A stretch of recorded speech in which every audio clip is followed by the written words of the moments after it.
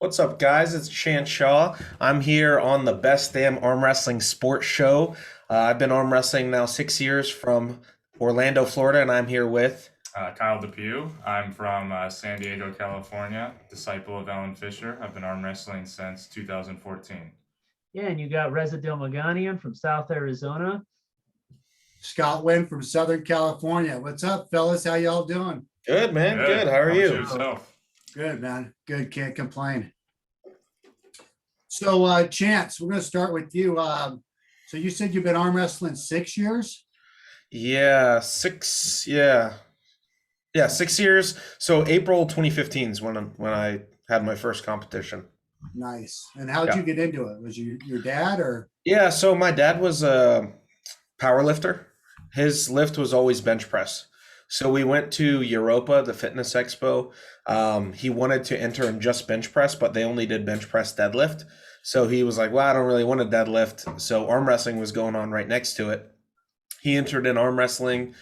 He won amateurs. We met up with the local pullers, Brandon Morris and Craig. I thought it was just the coolest thing ever. So I hit up Craig. Craig told us about a tournament up in Jacksonville, it was a WAL tournament. I entered it and never looked back. Nice. Very Yeah. Craig cool. Sublier? Yeah, Craig Sublair. Yeah, he's a really He, good guy. he lives about 25 minutes from me. So he's my main training partner still. Oh, Very cool. Yeah. yeah, I trained Craig for a while. He's advanced. I feel bad. He's had some pretty bad injuries over the Two years. arm breaks and a bicep tear on the same arm. It's crazy. How about But you? yeah. How about you, Kyle? Yeah, so I've been arm wrestling for quite a while now. I started in the amateurs back in 2014. My dad was the #1 student of Alan Fisher for about 5 years before I met Alan. And then I meet Alan, I meet Devin Lorette, I meet many world champions all at the same time. Uh, and then I quickly realized that I had a pretty natural talent for it because of my athletic background and strength, flexibility, that sort of thing. And I started training with Alan, doing amateur competitions, just went for it. And then I think 2020 is when I consider the beginning of my pro career, if you will. So it took quite a while before I actually jumped into the pros, but I'm in the pros now, and I compete regularly, and I'm doing pretty well. Nice. Yeah, so Chance, looking back at your career, what was the first big win that you've had, like a tournament or Career. just a individual athlete? Um, I would say my first big showing in Florida was when I had my super match with Daniel Worley. At the time, he was the best 200 pounder or under in Florida. So he told me to climb the rankings out of Florida. I need to beat him first. We set up a super match. I beat him 3-0. That was kind of when I first uh, had a good win in Florida. Moving outside of that, I was right? traveling. Was that right or left-handed? That was right. Yeah. I'm pretty much only a right hand arm wrestler. I started left this year, but it's just okay. Um, After that, I started traveling. I got a few good wins, but the biggest one that really put me on the map was my win against Nick Zena in Kansas City 2 years ago, just coming up on 2 years ago. Yeah, I was there. I saw that. Yeah, you were. I think you refed it. That was a great win, dude. Yeah. That was a huge win for me. I definitely did not expect that win at all. How about Yeah, you, it was- Kyle? What was the Oh, first big win you've had against a Yeah. competitor in a tournament? Yeah, so greatest wins to date would be in a Halloween arm wrestling practice, left-handed. I beat Alan Fisher. So this was just the recent Halloween. And then a few months after that, in Kansas City in a 27-man class, I placed fourth place, getting my best win against Terry Presson, right-handed. That's a good So win. those would be my #1 win left and my #1 win right. And then I'm Yeah, gearing up for. funny enough, I've trained Terry for the last 2 years. That's a good There one. you go. Yeah. So you know how legit Terry is then. Yeah, of course I do. I've been putting him through literally week by week regimens. So Yeah. he Yeah. does- Kyle stopped Terry about a centimeter from the pad and just slowly worked back through the inside and ended up getting him. It was a really good match. He wants redemption. I'm sure he I does. bet. See, because a lot of people came up to me telling me that they actually thought Terry was going to win the whole tournament. Beat Jamie Sheldon, beat Bill Lawson, beat them all. So I didn't know who Terry was when I pulled him. I just knew I didn't want to lose the match. But hearing from everyone, like, I think the coolest thing someone said was Don Fritchie came up to me and was like, hey, I would love for you to pull my son, Ethan Fritchie. And I was like, oh my goodness. Like, people are telling me the craziest of things right now. I didn't even know the guy I beat. But it meant a lot to a lot of people, and it very quickly meant a lot to me afterwards, because everyone really hyped me up for it. Yeah, so something that I've noticed is you guys are the next generation of arm wrestlers.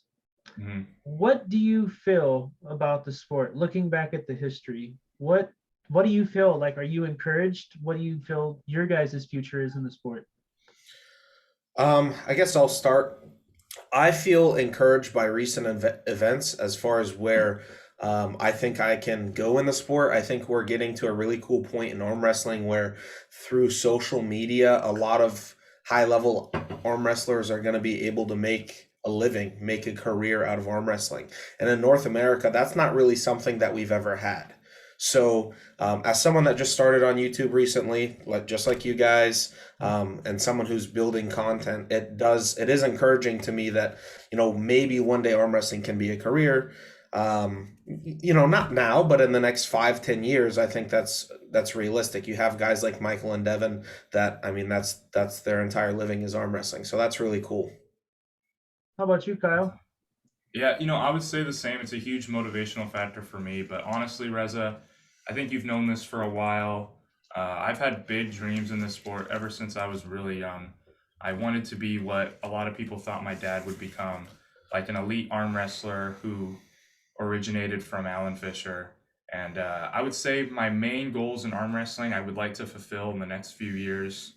Ideally, absolutely dominate the IFA World Junior Championship this year. Next year, win my first senior IFA World title.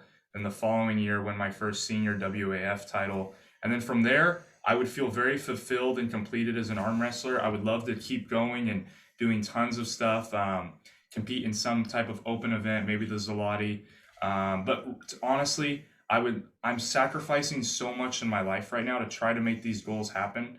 So in 3 years, I plan to continue to grow into the sport, but dial things back, try to enjoy things more, and just live for the sport in a way that would be less, Taxing. Less taxing. Because right now, as a natural athlete, I'm literally pushing myself so hard trying to progress in this sport, and it's been really challenging. And I want to make it in the sport long term. But at the same time, I also have big goals that I plan to win or to accomplish the next couple of years. So I just want to be able to do that. You guys are both blessed that you guys are young and that you guys got in as young as you did. I didn't start arm wrestling until I was like 25, 26. I was actually Alan Fisher's next door neighbor, and I taught people martial arts, and he came over and he's like, hey, you got to arm wrestle, because I was climbing a rope. And that's how I got into arm wrestling. It's pretty cool. And it would have been nice for me to have the opportunity you guys have. So I look forward to both of your careers. It should be pretty interesting. Now, going into something else, which is Chance. About 2 days ago, we had an interview with two of the guys that are going to be in your four-way round robin. Do you want to talk about maybe how you put this event together? Sure. So first of all, I did not put the event together. It's Paul Italia's event. Oh, wow. Yeah, so Paul Italia is running the show on that. I'm just helping promoting it, finding matches, things of that nature. But I don't have a penny in the match. So I'd just like to start by giving Paul credit for putting everything on. Yeah. So originally it started out as Mike Aiello and Don Underwood were going to have a super match, a best of 5 super match. And after my performance in Michigan State's where I beat him twice, he came up to me and he was like, hey, why don't we just try to have you hop in the round robin or hop in the match, make it a round robin. I brought it to Paul Italia. He thought that'd be awesome, but we needed a 4th. So he mentioned that Jordan Sill was already planning on coming. So why don't we just throw him in there? So he is a lighter guy, Jordan, but I mean Jordan's known to take down bigger opponents all the time. So I still think that he fits in with us, even though I think Mike Aiello's the second lightest, which is crazy at like 280 pounds. So Jordan's definitely going to be outweighed by I'd imagine 50, 60 pounds. But anyways, so how did that come about? It came about when I beat Don. Don wanted, I guess, a revenge match. So without canceling Mike, we just threw me in there, and it's turning out to be a really interesting style clash because none of us have the same style of pulling. That'll be Sure. interesting to see who goes against who fresh for fresh. That's what I Yeah, was. so the way I understand it, and we haven't all agreed on details as far as if it's just one match, if it's best of three, best of five, if it's double elimination. We haven't agreed on anything really. But what I understand is Don and Mike will be starting since they were planning on having a super match anyways, and Jordan and I will be starting. Correct. Ooh, That's what I heard as well. Yeah. that's what Yeah, I'd so- like to see is you and Jordan fresh for fresh. Even though Yeah. he's lighter than you, I think that'll be a really good test for you. And if you can overcome that obstacle, it's really going to stamp your name in the community. Yeah. So right now I'm 3-0 against Jordan. It's never been first match of the day. It's never been fresh for fresh. But stylistically, I think Jordan is the easiest matchup for me. Not that he's an easy matchup by any means, but I would personally want him first match rather than Don or Mike. Just because we pull with a similar style, but I'm a larger person, so it's easier for me to control the top through the top of the strap. And without Jordan being able to control the top of the strap, I've been able to take his hand every time. I don't think being fresh is going to change a whole lot since when I did pull him, nobody was challenging him in the spot that I was challenging him. So it's not like that area wasn't fresh. It was more of his rotation that might have been taken out a little bit, but I wasn't really challenging that. I was just challenging height. So go ahead. Something me and Scott have been wondering. We haven't seen too many matches of you where defensively you've brought back people. Is that an area that you may consider working on in the future, or is that something that you just don't want? You want center of the table control, focus on positive movement? I can understand that. Well, I haven't really been put there. So I guess my most recent loss was against Robbie Burnett. I don't know if that's the match you're referring to or not. I was not willing to get myself into any battles at that point in time because it was 1 month before my match with Ron Bath. I didn't want to risk any possible injuries. So as soon as I got turned up, I'm giving it up. The last thing I want to do is run into an injury. I don't get the Ron match. Now, unfortunately, he canceled, so it wouldn't have really mattered. But as far as not working from the losing side, people just typically don't get me to the losing side, so it's not somewhere I usually have to work back from.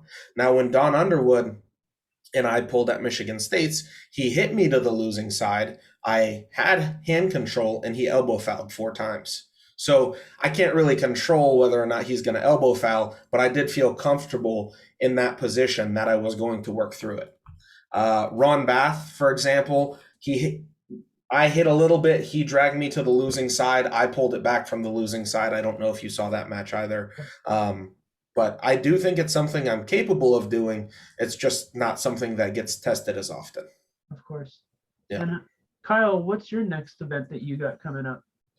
Oh, that's funny you say that. I'm actually an undercard on the event that Chance is competing in, the 4-man round robin. So Nice. I have a super match against Levi Prince, huge social media presence online, TikTok. He's 350 pounds, known as one of the strongest, fastest arm wrestlers of Oklahoma. Really just like an odd character in the sense that like he's heavy, but has a lot of speed, endurance. And he's been hyped up a lot, so it's somewhat of a crazy matchup considering I'm 200 pounds. But Chance is very confident that I take that match. So we're prepping me for it. It's 19 days out, and right now I'm just trying to eat food and gain horsepower. You're up to 200 pounds now? Yeah, so I was 210 pounds before I had some nutritional deficiencies. I developed very severe nutritional issues. from a vegetarian diet for a long time that I honestly think was just from not getting proper absorption from multivitamins. So if I were to do it again, I think I could do it better. But now I'm eating meat, lots of nutritional food, just trying to replenish my nutrient markers. Um, 200 pounds at the moment, but I was 210 when I supermatched Chris back and some other people. I've been very dominant this last year from a supermatch standpoint. I haven't lost a supermatch. I What's your actually don't. I for a while I wasn't even taking singular losses in a match until I ran into Kevin Fish. I pulled a guy with an injured elbow, and then I developed nerve damage during the match. But it's feeling a lot better now. But for the reason that it's more serious of an injury, I'm still not pulling any super matches left-handed until I feel a little bit more confident in it, because I plan to win a world title this year on both arms in the IFA. nice. What's your goal weight? Like, what is your weight going to be? What are you shooting Yeah, for? so it's up to Chance. I'm listening to him on everything right now because I came out here and sacrificed a lot to be here. So it's important that I just go with his direction. But the goal when I originally just came here was to cut down to 170, but Chance actually would much rather me see me at 209 now. So the goal is to bulk me up as much as possible to fight Levi Prince, prove that he's a strong puller, but that I'm stronger essentially, despite all the hype around his name right now, and then cut down to a good 209, where I don't know the juniors of 209 very well. I know a lot of the 190s and the 172.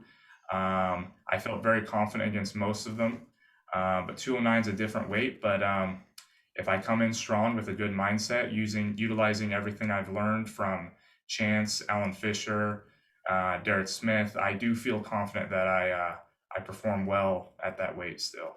And just to touch a little bit on Kyle's weight, what we're doing right now is we're just going to bulk him up as heavy as we can get him to face Levi, and we're going to address it at that point. So in 19 days, we're going to address where his weight's at, how he's feeling, how strong he is, and determine if we want to keep him at 209 or take him back down to 190. And you got to see So what his percentages change strength wise. If he's right, getting exactly. like 12 to 15% on his maxes, sustain that weight. Right. You're But not- if he only gains 2-3%, there's no reason to be that heavy. You may as well Yeah. stay lighter. Yeah. So the goal right now is ideally he gains enough strength where we can warrant him at 209. But if he doesn't, then we're probably going to bring him back down to 190. It just depends on Now how talking strong. about him Yeah, coming because out. you'd be banging with some pretty big dudes at 209. You're looking at Right. Dallas Langston. Well, he would be in the juniors. So I'm only competing Oh, in juniors this okay. year. You play. Okay, I gotcha. plan to compete in the seniors the very next year. But due to the fact that it was just a crazy year and I trained really hard, I just want to literally pour my heart and soul this summer into winning 2 junior world titles, regardless of what weight. But most likely, that will be decided after this super match. You're 20 years old. You're 20 years old.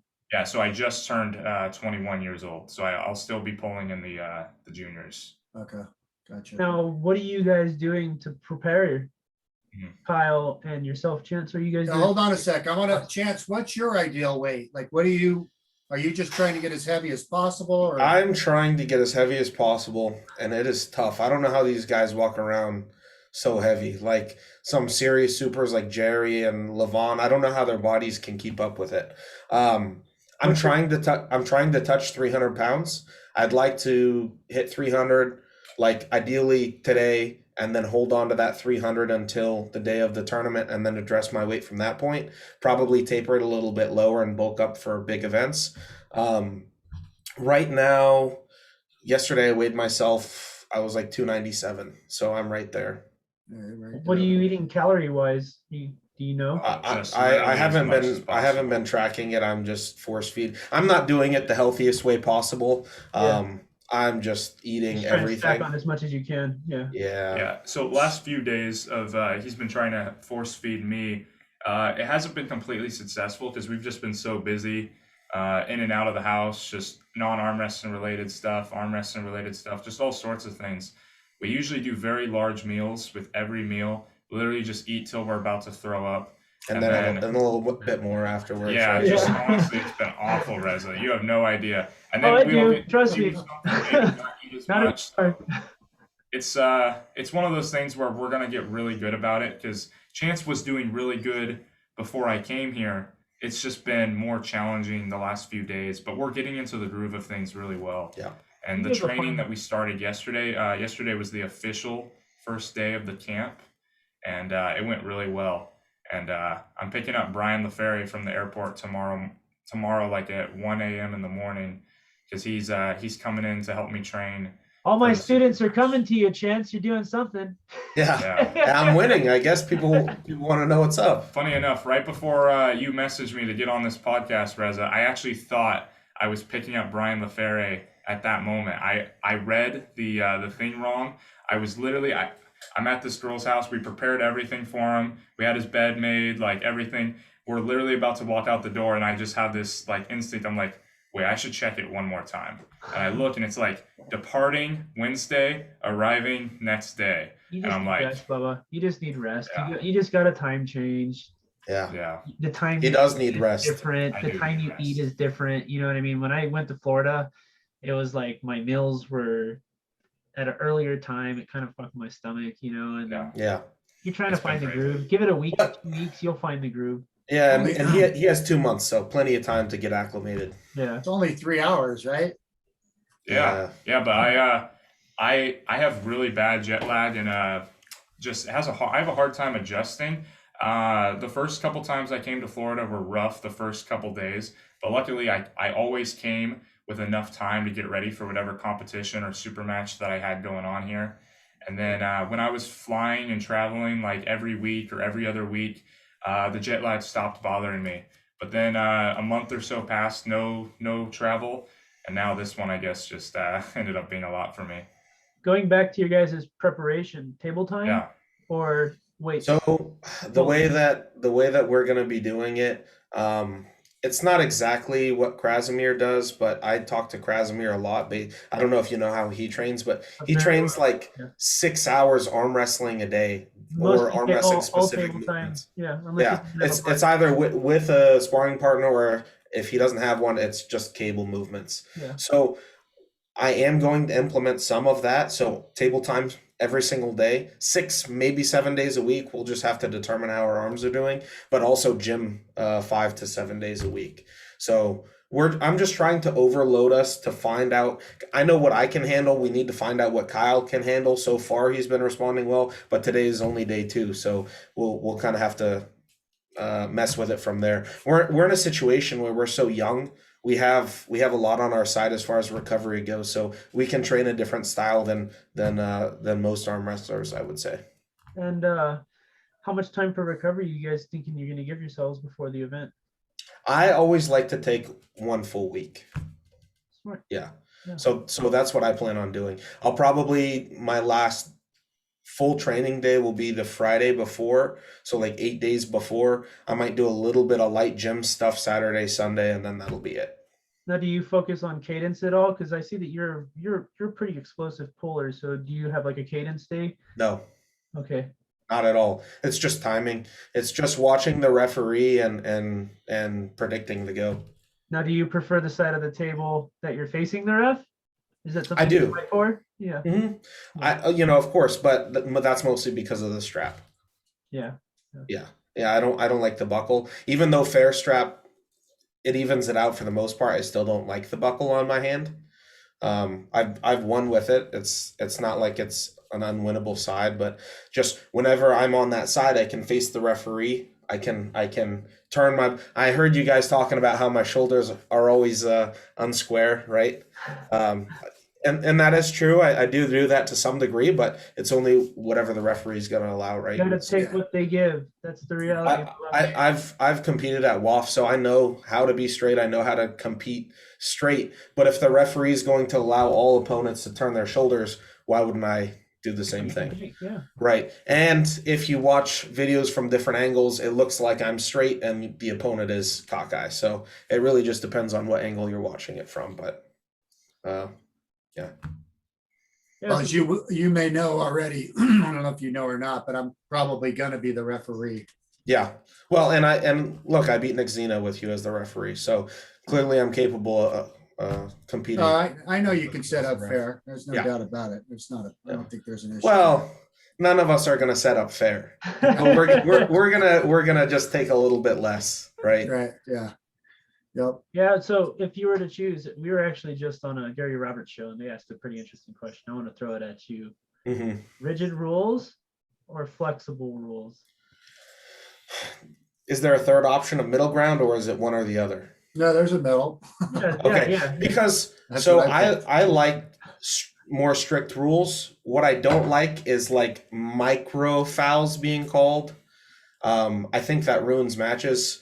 Who was it? Tim Bresnan, Rustam Babayev. It was like 3-3. No one pinned a single person. Like matches like that are just terrible. They're boring. I actually camera ref that match. Yeah, yeah. There So you I mean, you were doing what the rules said you're supposed to do, Of course. but I don't like it. Yeah. I think that personally, if it was me, if I was running a league, I would do something similar to what Devin and Michael did at King of the Table, which is and I believe they did. If no position is gained, which is at the referee's discretion, then no foul is called. I also do like running fouls, but I like stricter rules overall.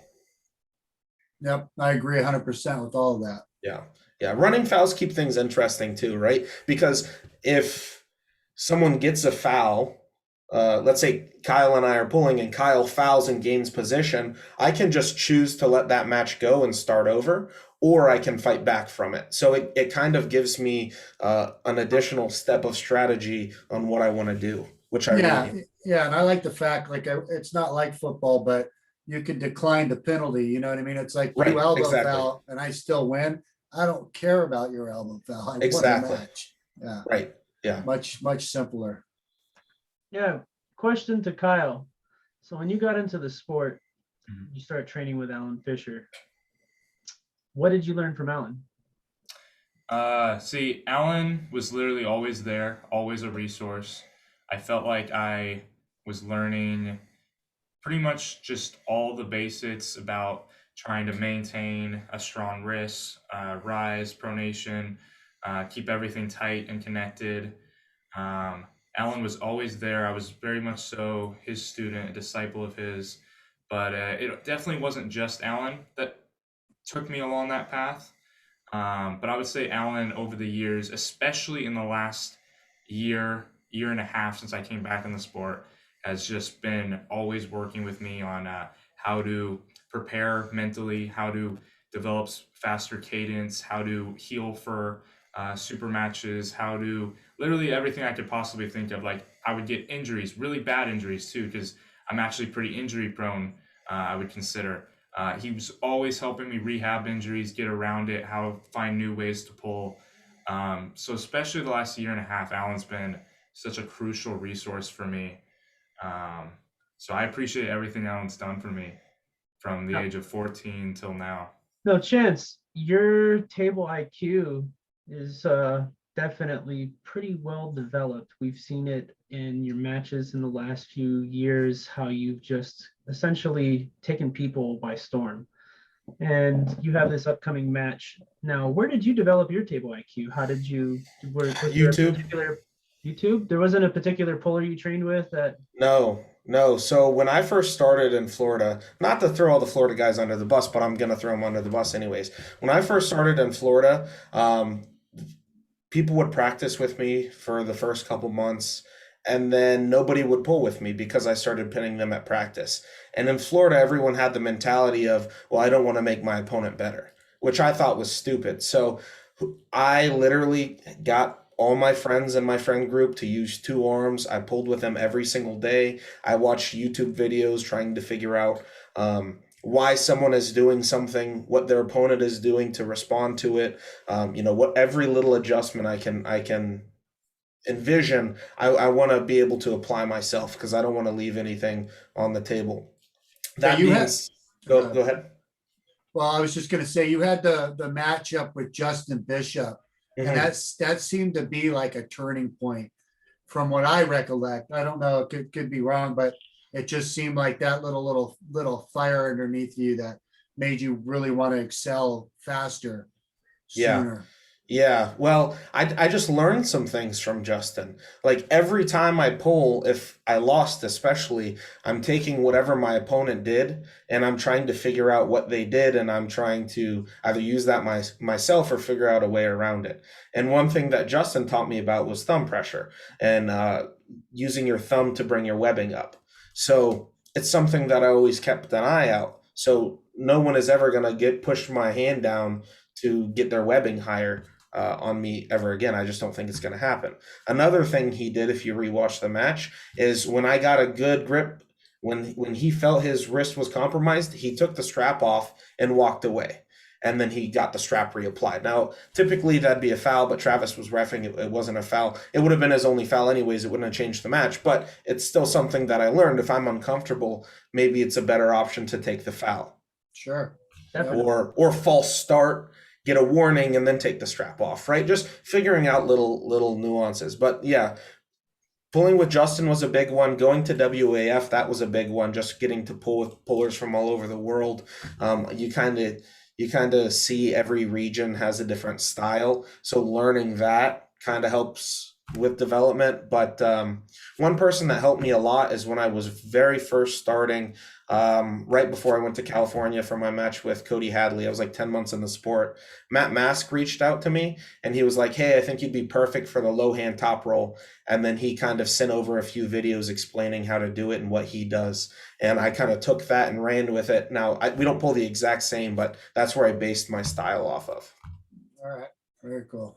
Yeah. Yeah. I remember when you came to California, you and I talked about possibly having a super match. Yeah. You were, I think, I want to say, are right around 180 pounds back then, maybe? No, so I was 200 pounds. 200 pounds, okay. Yeah, I pulled like 195 to like 205 in that area. Right.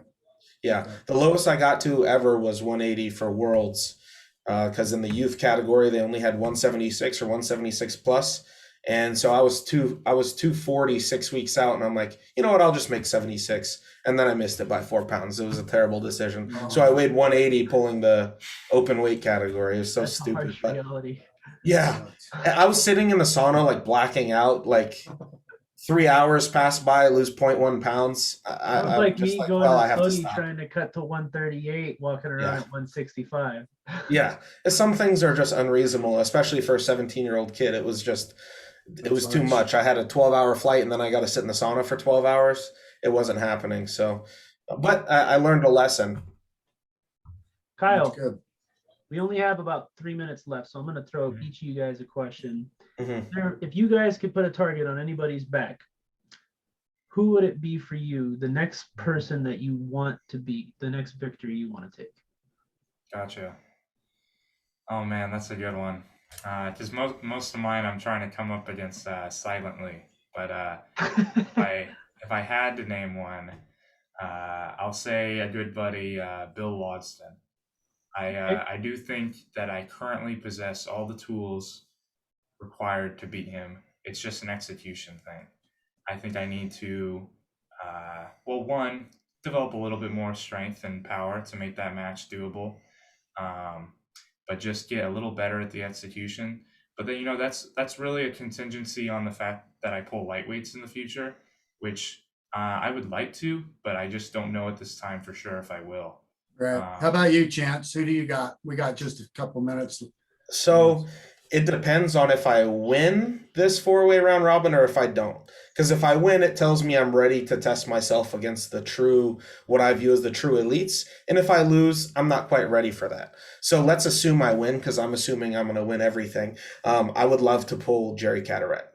Okay. That's Yeah. a good one. I practice pulled with him. I mean, the awesome thing about pulling with Jerry is I know I'm going to be somewhere where I'm comfortable and he's going to be somewhere where he's comfortable, and we're just going to be able to bang it out. Well, hopefully. Maybe he just flash pins me straight to the pad, but at least, I'll have all my hand control, have everything that I like, and I'll get to work from there, kind of like you guys asked me about working from a defensive position. Sure. So- what do you think about Tim Bresnam? I would love to pull with Tim. I actually talked to Tim about going up there and practicing with him. He wanted to. I was really honored. He messaged me, he said, "Hey, I'd like to test and see where I'm at right now. Would you be willing to pool with me?" And I'm like, that is so cool coming from someone like Tim Bresnan, right? But I'd love to pull Tim. I'd love to pull Todd Hutchings. I mean, Michael. I'd like to pull anyone, but Jerry's is kind of my favorite match out of the top 6 guys. Sweet. I look forward to both your guys' paths because I think you both have a lot of potential. And good luck Thank you. to both you guys. Just stay consistent with the training, and I really appreciate you guys coming on our show, man. We gotta have Yeah, you. absolutely. Yeah, definitely. You guys down to do a part 2? We'll do it right Yeah, after we can this. do a part 2. Yeah. Yeah, Okay. do you want to throw a shout out? I'm pretty sure, Chance, you got a YouTube channel, don't you? I do have a YouTube channel. Yeah, it's just Chance Shaw. If you could throw it in your description, that'd be awesome. Yeah, it's gonna be in the Absolutely. corner right there on his And side. Kyle's channel too. Maybe you can put up on the other side. It'll be like right there. There you go. Gotcha. Right on. Sweet. Thanks, guys. Till next time. Yeah. Definitely.